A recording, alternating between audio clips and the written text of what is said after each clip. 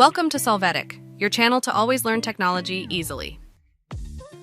Below in the description, you will find useful links we used in this video.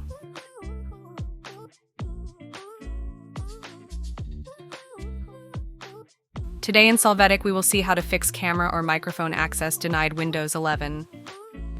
We will access settings from the Start menu.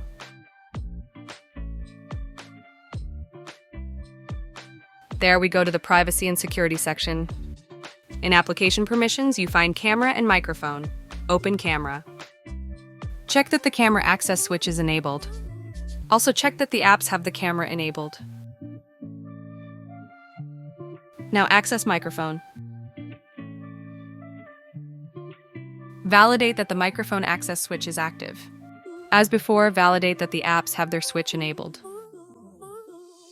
Hey, remember to subscribe Solvetic channel.